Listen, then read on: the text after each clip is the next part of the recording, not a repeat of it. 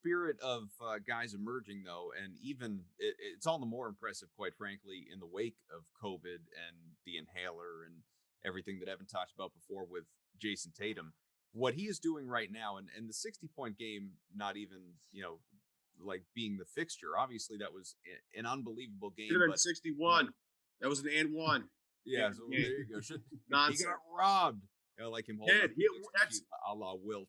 That's a big thing, though, of the all-time leader in a game for the Boston Celtics. That's true. Huge accomplishment.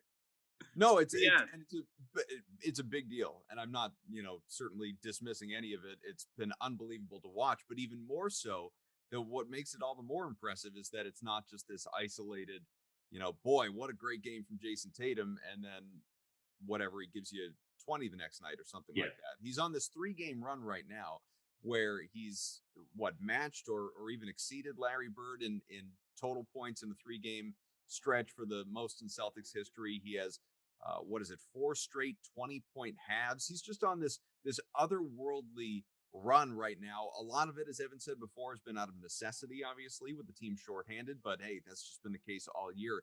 But are you seeing anything right now, Sean or Evan as well, that you feel like you haven't seen from Tatum before, even during that stretch last year pre-bubble where he was playing out of his mind?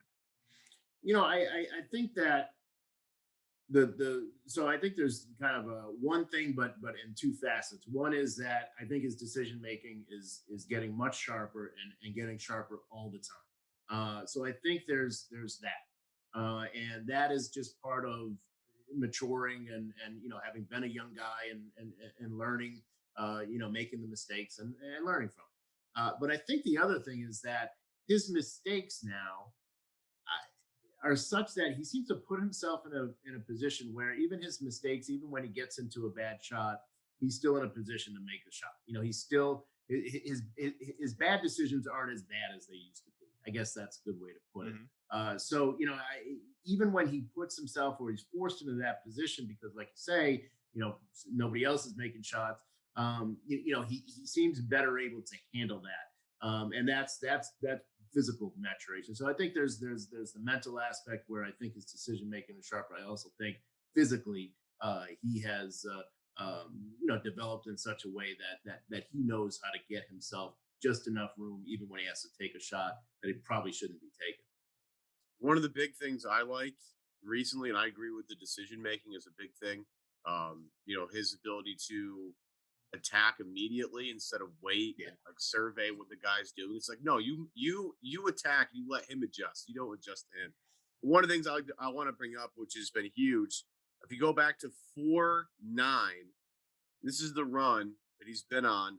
There's one exception of a very weird game against the Lakers in which just a weird game on the road. I think we all watched that and it was just bizarre how the Celtics bench almost gave up a 27-point lead at one point in that game.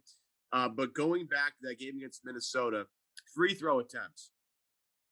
16, 8, 10, 0 against the Lakers. Then 8, 8, 8, 7, 7, 8, 17. Music to my ears. That's what you want. That's the stuff I'm looking for. I'm looking for a guy that gets to the free throw line because he's such a good free throw shooter. Gets him in rhythm as a shooter. Like one of the things that people, I think, don't take a lot of. They just don't think about a lot because I hear people like, "Oh, that sidestep 3 that Tatum takes off the dribble is a great shot," and I'm like, "Yeah," because he makes it a lot. But you also have to understand time and circumstance. If Tatum's 0 for 5 and takes that shot to go 0 for 6 or 1 for 6, that's a bad shot in my opinion because he needs to get rhythm. And a lot of times guys get rhythm by going to the free throw line and knocking down 3 or 4 in a row. Then all of us, and these guys are unworldly shooters, especially today. Like the shooting now is outrageous. I mean, Tatum's shot, again, the step back 30-footer that he takes and makes with regularity, it's an insane shot that 20 years ago, people weren't taking multiple times a game on purpose. So it's like one of these things where if Tatum gets to the free throw line and establishes that rhythm early on in the game, it allows him to be a much better shooter. So when he's, taking those contested 3-pointers, they go in a lot more when he's in rhythm than when he's not.